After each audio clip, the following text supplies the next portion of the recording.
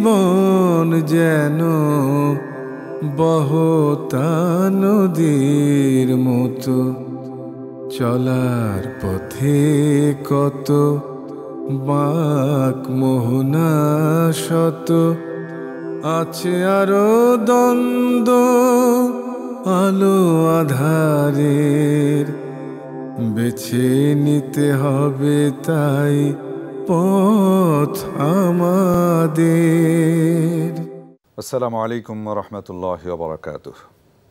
দূরের এবং কাছের সম্মানিত দর্শক শ্রোতা, অনেক অনেক প্রীতি এবং শুভেচ্ছা জানিয়ে শুরু করছি আমাদের সাপ্তাহিক অনুষ্ঠান লাভেলো নিবেদিত আলোকপাত। আপনাদের সাথে আছি আমি শরীফ বাইজিদ মাহমুদ। দর্শক, আমাদের আজকের আলোচক প্রখ্যাত আলেমে দ্বীন, আপনাদের প্রিয় কাঙ্ক্ষিত ব্যক্তিত্ব মোহতারাম আহমদুল্লাহ। আসসালামু আলাইকুম রহমতুল্লাহ বরাকাতুহ। শেখ, কেমন আছেন আপনি? আলহামদুলিল্লাহ। আলহামদুলিল্লাহ। আমরা গত পর্বে আলোচনা করেছিলাম, দর্শক আপনারা জানেন, যে মদিনার সনদ এবং জেহাদের অনুমতি কখন প্রথম এসছে এবং এর পরবর্তী পদক্ষেপে রাসূল সাল্লাল্লাহু আলাইহি সাল্লাম কীভাবে আগাচ্ছিলেন, এই বিষয় থেকে যদি আপনি শুরু করতেন প্লিজ। ধন্যবাদ আপনাকে। আমরা আলোকপাতের রহমতুল্লাহ আলমিনের বিগত পর্বের যে আলোচনা ছিল, আপনি যেমনটি বলেছেন যে রাসূল করিম সাল্লাল্লাহু আলাইহি ওয়াসাল্লাম সাহাবীদেরকে আল্লাহ রাব্বুল আলামিন প্রথমবারের মতো জেহাদের অনুমতি দিলেন। জি। এর মানে হলো যে এর আগে মক্কায় তারা যখন অবস্থান করেছেন এবং দীর্ঘকাল পর্যন্ত নানা রকম জুলুম এবং নিষ্পেষণের মুখোমুখি হয়েছেন, তখন কিন্তু সাহাবীদের মনে আকাঙ্ক্ষা ছিল যে আল্লাহ তাআলা আমাদেরকে অনুমোদন দিক, আমরা প্রতিরোধ করি, কিন্তু আল্লাহ রাব্বুল আলামিন অনুমোদন দেননি। এখান থেকে ছোট্ট একটি শিক্ষা আমরা বের করে আনতে পারি, এই যে ইসলাম আসলে আমাদের যখন যা খুশি হবে তাই করার নাম নয়, বরং আল্লাহ রাব্বুল আলামিনের অনুমোদন হওয়ার আগ পর্যন্ত আমরা জুলুম সহ্য করে অপেক্ষা করতে হবে আল্লাহ তাআলার ফয়সালার জন্য, যেমনটি সাহাবায়ে কেরাম করেছিলেন। যাই হোক, দীর্ঘকাল পর্যন্ত আল্লাহ রাব্বুল আলামিন সে অনুমোদন দেননি। যখন মদিনায় তারা হিজরত করে আসলেন, মদিনায় একটা সমাজ গড়ে উঠলো, একটা রাষ্ট্র প্রতিষ্ঠিত হলো এবং সেখানে প্রিয় নবী সাল্লাল্লাহু আলাইহি সাল্লাম সাহাবীদেরকে নিয়ে স্বতন্ত্র একটি সমাজ বিনির্মাণ করতে সক্ষম হলেন। তখনই কিন্তু আল্লাহ রাব্বুল আলামিন প্রথমবারের মতো জিহাদের অনুমতি দিয়ে আয়াত নাযিল করলেন, উযিনা লিল্লাযিনা ইউকাতিলুনা, যাদেরকে হত্যা করা হয়, জুলুম করা হয়, তাদের জন্য অনুমতি দেওয়া হয়েছে, তারা যেন প্রতিরোধ করতে পারে। এরপরে রাসূল করিম সাল্লাল্লাহু আলাইহি ওয়াসাল্লাম অনুমতি যখন পেয়ে গেলেন, এবার জিহাদ বা প্রতিরোধ করবার জন্য প্রাথমিক যে কাজগুলো সেগুলো তিনি করলেন। এখানে প্রাথমিকভাবে তিনি যে কাজগুলো করলেন সেগুলো ছিল মহড়ামূলক প্রোগ্রাম। অনেকগুলো মহড়ার আয়োজন করলেন, যেগুলোকে সিরাত গবেষকগণের ভাষায় সারিয়াহ বলা হয়। অর্থাৎ প্রিয় নবী সাল্লাল্লাহু আলাইহি ওয়াসাল্লাম বিভিন্ন সাহাবীদের নেতৃত্বে ছোট ছোট দল উপদল করে করে পাঠাতে লাগলেন মদিনার চারপাশে। আর এই দলগুলো, এই মহড়াগুলো পাঠানো এবং এই দলগুলো পাঠানোর একটা বড় উদ্দেশ্য ছিল প্রথমত মদিনার আশপাশে যারা বসবাস করেন তাদেরকে এই কথার জানান দেওয়া যে মুসলিমরা এখানে আলহামদুলিল্লাহ অত্যন্ত শক্তিশালী এবং বলিষ্ঠভাবে তারা এখানে বসবাস করছে। এমন নয় যে তারা রিফিউজি হিসাবে এসছে মক্কা থেকে, এখানে তারা খুব দুর্বলভাবে পড়ে আছে, তোমরা চাইলেই কোনো হানা দিয়ে কিছু করে ফেলতে পারবে, খবরদার, এই চেষ্টা যেন কেউ না করে। অর্থাৎ একটি রাষ্ট্রের নিরাপত্তার জন্য আশপাশে যারা বসবাস করছে তাদের কাছে একটা বার্তা দেওয়া, সেই সাথে তাদের সঙ্গে প্রিয় নবী সাল্লাল্লাহু আলাইহি সাল্লাম এই ইয়েগুলোর মাধ্যমে, সারিয়াগুলা বা এই মহড়াগুলোর মাধ্যমে তাদের সাথে, অনেকের সাথে যাদের সাথে বনিবনা হচ্ছিল তাদের সাথে তিনি চুক্তি করতে লাগলেন, শান্তি চুক্তি, মৈত্রীতার চুক্তি করতে লাগলেন। অর্থাৎ প্রতিবেশী দেশগুলোর সাথে মৈত্রীতার চুক্তি না থাকলে, অর্থাৎ প্রতিবেশীর মধ্যে কেউই যদি বন্ধু না থাকে, চতুর্পাশে যদি শত্রুই থাকে, তাহলে তো টিকা সম্ভব নয়। শায়েখ, একটু ইন্টারাপ্ট করছি যে আমরা বর্তমানে আধুনিক রাষ্ট্র ব্যবস্থায় দেখি যে বিভিন্ন রাষ্ট্র, পরাশক্তিগুলো বিভিন্ন সময় এই মহড়ার আয়োজন করে। তাহলে কি আমরা ধরে নেব আজ থেকে 1400 বা 1500 বছর পূর্বে রাসূল সাল্লাল্লাহু আলাইহি সাল্লাম থেকে শিক্ষিত হয়ে তার দেখানো পথে কি তারা এটা করছেন নাকি? আমরা অনেকটা সেটা বলতে পারি। তবে বাস্তবতা হলো এই যে আজ সামরিক প্রশিক্ষণ আছে, উচ্চতর গবেষণা আছে, উচ্চতর পড়াশোনা আছে। আপনি চিন্তা করুন, আমাদের সময় তো দর্শকরা নিশ্চয়ই ভাববেন যে প্রিয় নবী সাল্লাল্লাহু আলাইহি সাল্লাম যখন এত বিচক্ষণতার সাথে মদিনা রাষ্ট্রকে সুসংহত, সুসংরক্ষিত করলেন এবং এত চমৎকারভাবে প্রতিটি পদক্ষেপ নিচ্ছিলেন, এটি আসলে কোনো বিচক্ষণ বিদগ্ধ কোনো রাষ্ট্রনায়ক, কোনো সেনানায়ক যিনি বহু প্রশিক্ষণপ্রাপ্ত, যিনি বহু যুদ্ধ পরিচালনা করেছেন তার দ্বারাও সম্ভব নয়।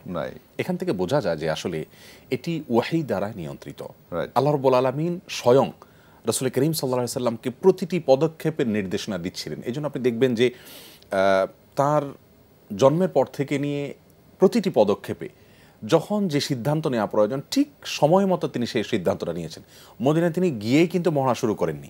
মদিনায় গিয়ে মদিনায় যাদেরকে নিয়ে এলেন তাদের মধ্যে আগে ভ্রাতৃত্বের বন্ধন তৈরি করলেন। আনসার মুহাজিরদের মধ্যে যে একটা ন্যাচারাল দূরত্ব থাকার কথা, দুই অঞ্চলের মানুষ, দুই দেশের মানুষ, কালচারগত পার্থক্য আছে, সেটাকে ভেঙে একাকার করে রুহামাও বাইনাহুম করে দিলেন। এরপরে দ্বিতীয় ধাপে এলেন ইহুদি যারা মদিনায় বসবাস করছে তাদের বিশাল প্রভাব আছে, আর ইহুদিরা অনেক বেশি বিচক্ষণ, অনেক বুদ্ধিমত্তা তাদের আছে, তারা বাহির থেকে এসে এখানে বসতি গেড়েছেন, অতএব এখানে তো তাদের বিশাল বড় প্রভাব আছে।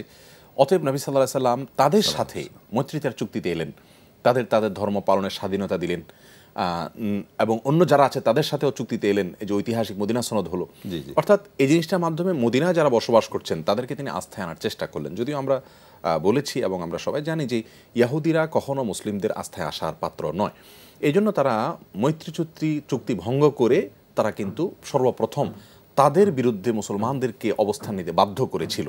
যাই হোক, সে আলোচনা অনেক পরে আসবে। তো বলছিলাম যে প্রিয় নবী সাল্লাল্লাহু আলাইহি সাল্লাম পদক্ষেপগুলো কত বিচক্ষণতার সাথে এবং সময়োচিত পদক্ষেপ নিচ্ছিলেন। এরপরেই দেখা যাচ্ছে যে মদিনা যখন সুসংহত হয়ে গেল, মদিনার সমস্ত জাতিগোষ্ঠীর মধ্যে যখন ঐতিহাসিক মদিনা সনদের মাধ্যমে চুক্তি সম্পাদিত হয়ে গেল, এবার তিনি নজর দিলেন মদিনার বাইরে। এদিকে আল্লাহ তাআলা অনুমতি দিলেন ছোট ছোট মহড়ার জন্য, সাহাবীদেরকে মহড়া দিয়ে ছোট ছোট দল করে সাহাবীদেরকে বাইরে পাঠালেন। বলছিলাম যে প্রথম উদ্দেশ্য ছিল মদিনার আশেপাশে যে সমস্ত গোত্রগুলো, মরুভূমির ছোট ছোট গ্রামগুলো আছে তাদের কাছে বার্তা পৌঁছানো যে মুসলমানরা এখানে রিফিউজি হিসাবে দুর্বল হয়ে আসেনি, এই যে দেখো তাদের শক্তি সামর্থ্য মহড়া দিচ্ছে, তাদেরকে একটা আস্থায় আনা, তারা যেন মুসলিমদেরকে দুর্বল ভেবে এখানে অ্যাটাক করতে না আসে। এক, দ্বিতীয়ত হলো তাদেরকেও মৈত্রী চুক্তির আওতায় নিয়ে আসা। অর্থাৎ এই যে যেমনটা আপনি বলছিলেন যে আজকাল আধুনিক বিশ্ব ব্যবস্থায় প্রতিবেশী রাষ্ট্রের সাথে সুসম্পর্ক বজায় রাখার একটা চেষ্টা সব দেশই করে থাকে, তো এই সূচনা বলতে পারি প্রিয় নবী সাল্লাল্লাহু আলাইহি সাল্লাম করেছেন, এবং তিনি মদিনার আশপাশের বিভিন্ন গোত্রের সঙ্গে রীতিমতো মৈত্রী চুক্তি করেছেন তাদের সাথে। এ ছিল মহড়ার দুটি উদ্দেশ্য। আর তৃতীয় উদ্দেশ্য ছিল যে মদিনার আশপাশের রোডঘাটগুলো ভালো করে জেনে নেওয়া, কারণ যদি কখনো কোনো বিপদ এসে পড়ে তাহলে সেক্ষেত্রে মদিনা থেকে বের হওয়া বা মদিনায় প্রবেশ করা বা মদিনাকে রক্ষা করা, এটার জন্য মহড়াগুলোর মাধ্যমে চতুর্পাশের অবস্থা সম্পর্কে জানা যাবে, কোথায় কোন রুট আছে, কোথায় কি আছে না আছে, সবগুলো জিওগ্রাফিক্যাল অবস্থা জানা যাবে। তো এই জন্য রাসূল আকরাম সাল্লাল্লাহু আলাইহি সাল্লাম এই মহড়া দিচ্ছিলেন। এর পাশাপাশি মহড়াগুলোর ভিতরে আমরা কয়েকটা মহড়ার কথা উল্লেখ করতে পারি। এর ভিতরে সর্বপ্রথম মহড়া যেটি হয়েছে, যেটিকে বলা হয় ইসলামের ইতিহাসের প্রথম অভিযান, এই অভিযানটার নাম ছিল গজওয়াতু সারিয়াতু সাইফুল বাহার। সাইফুল বাহার শব্দের অর্থ হলো সমুদ্রের তরবারি। সমুদ্রের তরবারি নাম হলেও এটি মূলত একটি জায়গার নাম। এই জায়গাটি ছিল রেড সির সাইডের জায়গা, মদিনা থেকে খুব বেশি দূরে নয়। এখানে রাসূল আকরাম সাল্লাল্লাহু আলাইহি সাল্লাম একটা শাম থেকে, সিরিয়া থেকে মক্কার একটা দল যাচ্ছিল আবু জেহেলের নেতৃত্বে, 300 জনের একটা দল ছিল। এই দলটাকে মূলত ধাওয়া করার জন্য, এদেরকে ধরার জন্য রাসূল আকরাম সাল্লাল্লাহু আলাইহি সাল্লাম পাঠালেন হামজা রাদিয়াল্লাহু তাআলার নেতৃত্বে। ইসলামের ইতিহাসের প্রথম অভিযানের নেতৃত্ব দিয়েছেন হামজা। এখানে আমরা আরও বলতে পারি যে আমরা বিগত বেশ অনেকগুলো পর্ব আগে বলেছিলাম যে মক্কাতেও কিন্তু যখন সাহাবীরা কোণঠাসা হয়েছিলেন, রাসূল আকরাম সাল্লাল্লাহু আলাইহি সাল্লাম সর্বপ্রথম যে হিজরতে হাবশা বা ইথিওপিয়াতে যে হিজরতের অনুমোদন দিয়েছেন, সেখানেও কিন্তু হামজা রাদিয়াল্লাহু তাআলা নেতৃত্ব দিয়েছেন। এবং সাফা পাহাড়ে যখন নবীজির উপরে প্রথম আক্রমণ করেছে আবু জাহাল, তখন কিন্তু সবার আগে প্রতিবাদ নিয়ে দাঁড়িয়েছেন এই হামজা রাদিয়াল্লাহু তাআলা, সেই প্রতিবাদে তিনি ইসলাম গ্রহণ করেছেন। এই জন্য হামজা রাদিয়াল্লাহু তাআলা আনহু, তার নামটি ইসলামের ইতিহাসে সোনার অক্ষরে বিশেষভাবে উল্লেখযোগ্য, এবং এই জন্য তার মৃত্যুতে কিন্তু রাসূল আকরাম সাল্লাল্লাহু আলাইহি সাল্লাম অনেক কেঁদেছেন। যাই হোক, তো হামজা রাদিয়াল্লাহু তাআলা আনহুর নেতৃত্বে 30 জন সাহাবীদের একটি দল দিয়ে নবী সাল্লাল্লাহু আলাইহি সাল্লাম পাঠালেন। তারা আবু জাহালের নেতৃত্বে যে 300 সদস্যের বাহিনী নিয়ে আসছেন, সব ব্যবসায়ীদের বণিক দল নিয়ে আসছেন মক্কাতে, তাদেরকে ধাওয়া করার জন্য। আমাদের দর্শকদের কারো প্রশ্ন থাকতে পারে যে কেন রাসূল আকরাম সাল্লাল্লাহু আলাইহি সাল্লাম একটা বণিক দলকে ধাওয়া করতে গেলেন, এটাকে কেউ হয়তো এমন মনে করতে পারে যে নবী সাল্লাল্লাহু আলাইহি সাল্লাম কি তাহলে তাদের সম্পদ আত্মসাৎ করতে চাইলেন কিনা। আসলে প্রিয় নবী সাল্লাল্লাহু আলাইহি সাল্লাম এবং সাহাবায়ে কেরাম যখন মক্কা থেকে হিজরত করে এলেন, আমরা সবাই জানি যে মক্কার মুশরিকরা কিন্তু তাদেরকে বাধ্য করেছেন শুধুমাত্র হাত পা নিয়ে মক্কা থেকে বের হয়ে যাওয়ার। তার মানে মক্কায় তাদের সহায় সম্পত্তি, স্থাবর অস্থাবর, এমনকি নিজের পরিবার পরিজনকে নিয়ে পর্যন্ত যেতে তারা দেয়নি। তো আমার সমস্ত সম্পদ যদি আপনি আটকে রেখে দেন, আর কখনো যদি আমি সুযোগ পাই আমার সে সম্পদ আমি পুনরুদ্ধার করার, তাহলে সেটাকে পৃথিবীর সকল লজিক, সকল সায়েন্স কিন্তু বলবে অবশ্যই আপনার সে রাইট আছে। তো প্রিয় নবী সাল্লাল্লাহু আলাইহি সাল্লাম কিন্তু সেই রাইট থেকে, সেই অধিকার থেকে কিন্তু যে মক্কায় যেহেতু আমাদের সকল সম্পদ বাজেয়াপ্ত করে রেখে দিয়েছে তারা, সেটা তো অঢেল সম্পদ, এতগুলো মানুষ এসছে, সব কিছু আনতে দেয়নি, তাহলে তারা এখন যখন পাশ দিয়ে আমাদের সম্পদ দিয়েই তারা ব্যবসা করে নিয়ে যাবে, আমাদের সম্পদ পুনরুদ্ধার অধিকার অবশ্যই আমাদের থাকবে সেটা পুনরুদ্ধার করার। যাই হোক, সেই অধিকার থেকে নবী সাল্লাল্লাহু আলাইহি সাল্লাম পাঠালেন। সেখানে তিনি আবু জাহালের সাথে মুখোমুখি হয়েছেন অনেকটা, হামজা রাদিয়াল্লাহু তাআলা আনহু, এবং যুদ্ধ হয়ে যাওয়ার মতো একটা পরিস্থিতি ছিল। কিন্তু মাজদি নামক এক ভদ্রলোক ছিলেন যিনি মুসলিমদেরও মৈত্রী ছিলেন, আবার আবু জাহলেরও বন্ধু তালিকায় ছিলেন। তো তিনি মাঝখানে দাঁড়িয়ে বললেন, না, কোনো যুদ্ধ নয়।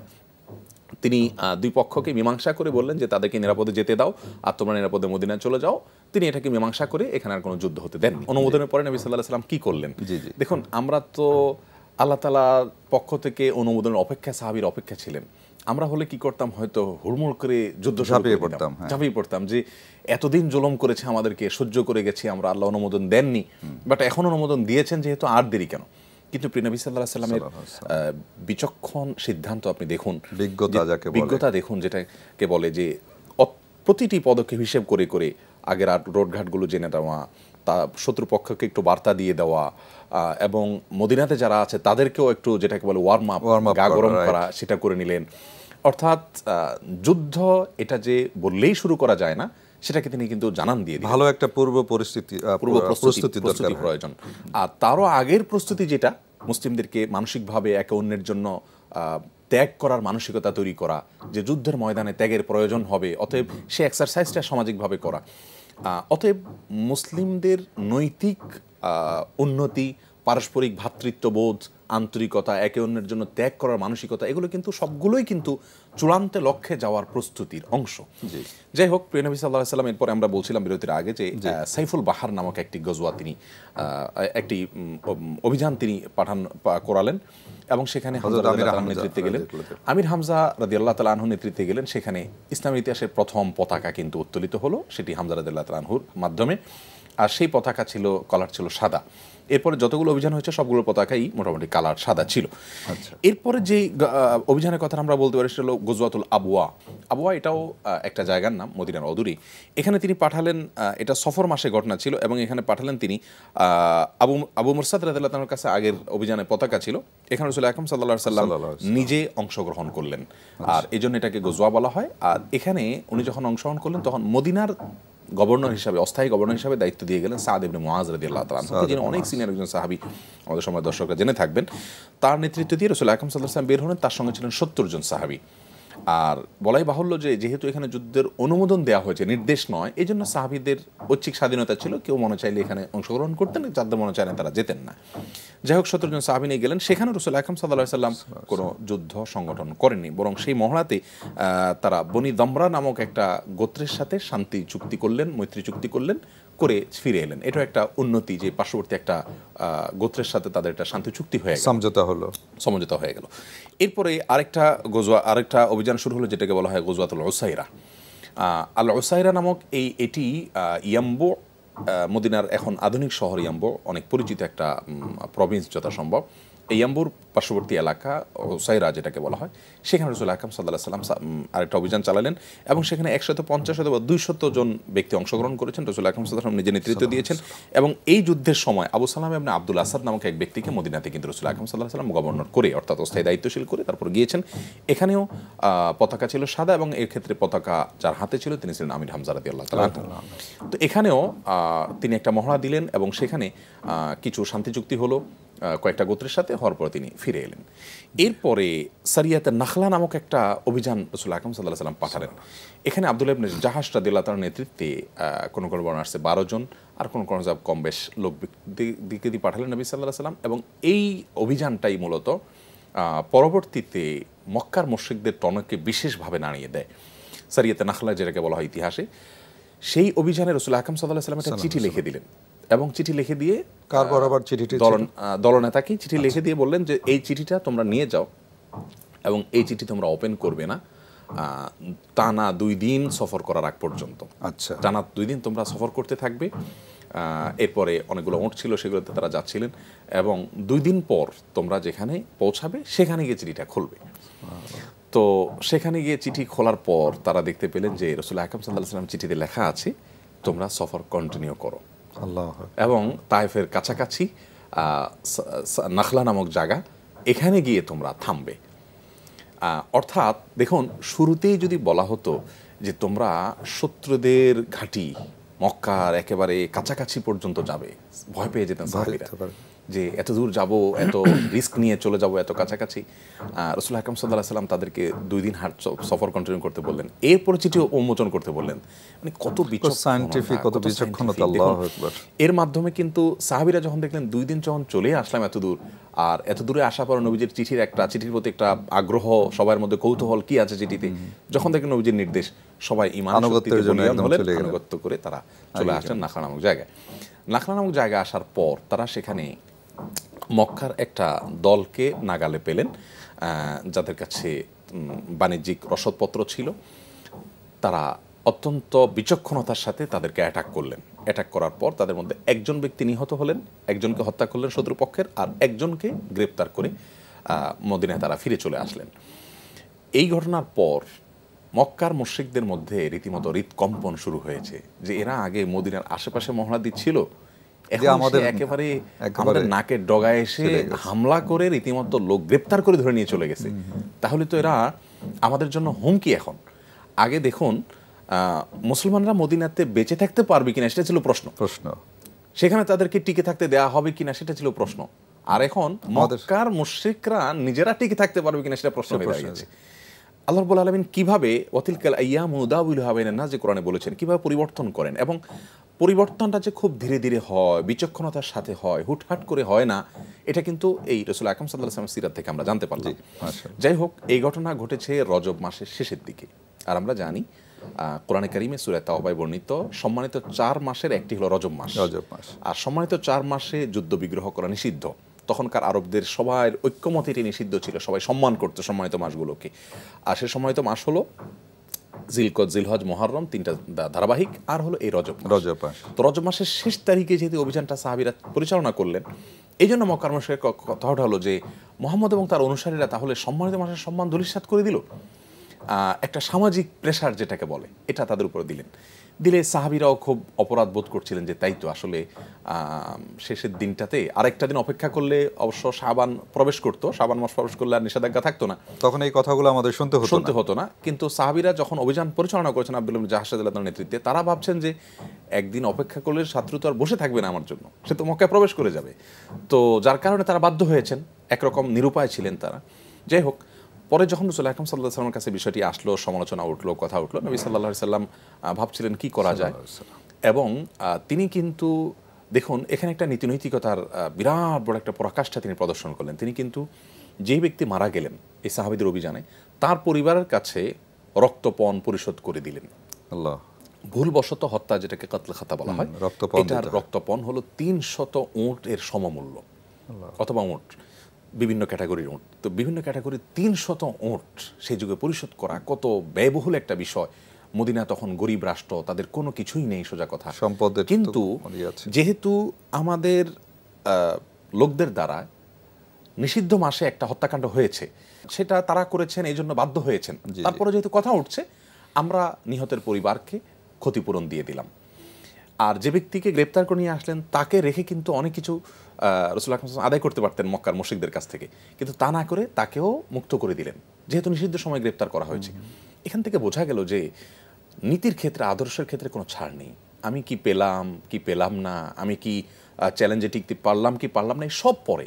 মুসলিমের কাছে সবচেয়ে আগে হলো আদর্শ, যাতে করে এই ইস্যুতে মানে ওনারা বলতে না পারে যে চুক্তি ভঙ্গ করেছে বা মুসলিমরা অনৈতিক, আদর্শহীন, এরকম কোনো কথা যেন বলতে না পারে। আজ কিন্তু আমাদের মুসলিমদের জন্য এখানে বিরাট বড় শিক্ষা আছে। আমরা কিন্তু অনেক ক্ষেত্রে আদর্শের ক্ষেত্রে কম্প্রোমাইজ করি, আল্লাহর আদেশ নিষেধের ক্ষেত্রে কম্প্রোমাইজ করি, আমরা মনে করি ইসলামের স্বার্থে এটা করছি না।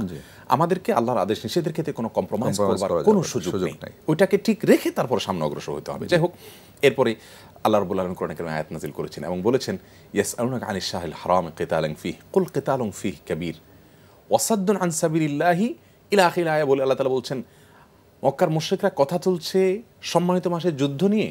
হ্যাঁ, অবশ্যই সম্মানিত মাসের যুদ্ধ বিগ্রহ করা অপরাধ, হারাম।